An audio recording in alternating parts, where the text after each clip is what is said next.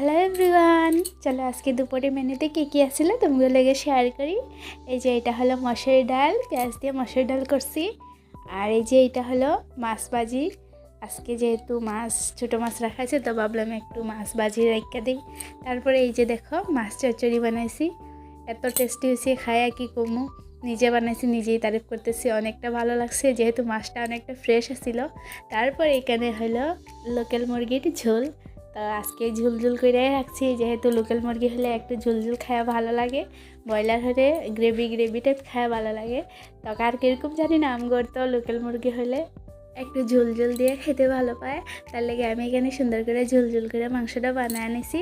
তারপর এখানে আমার বানানি কমপ্লিট হয়ে গেছে, এখন তা করে খাইতেও দিয়ে দিছি। তো দেখো এখানে আমার দেওর, আমার হাজব্যান্ড আর আমার ননদের জামাই ওরা সবাই মিলে খাইতেছে। আমার ননদের জামাই কিন্তু তুমি করে বাটিটাও দেখাই দিল।